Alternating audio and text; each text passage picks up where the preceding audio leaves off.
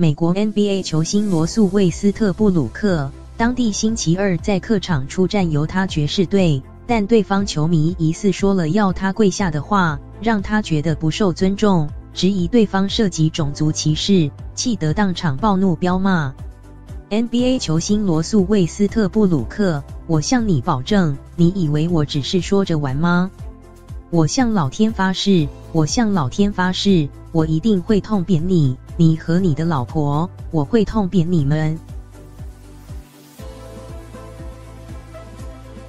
对着场下球迷大声咆哮。NBA 奥克拉荷马雷霆后卫罗素·韦斯特布鲁克，当地星期二做客犹他爵士，但对方球迷一句话让他当场发飙。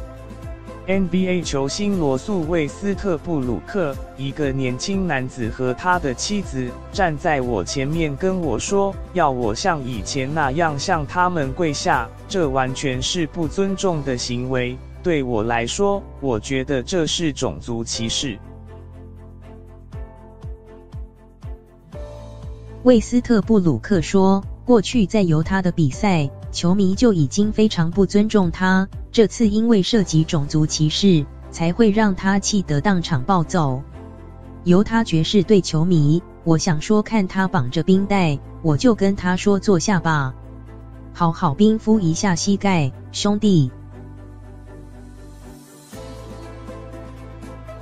双方各执一词，但爵士队立刻做出处置，宣布将永远禁止该球迷进场看球。至于韦斯特布鲁克，则是因为威胁球迷遭罚$25,000。不过球星杠球迷早就不是第一次。记者，有人停下来要拍麦格雷格。根据迈阿密警方描述 ，UFC 格斗明星直接从对方手中拍掉对方手机，还踩了好几下之后离开。格斗明星麦格雷格以火爆个性出名，去年4月就曾情绪失控，用推车砸向巴士，这次又再度杠上粉丝，遭强盗、抢劫罪逮捕。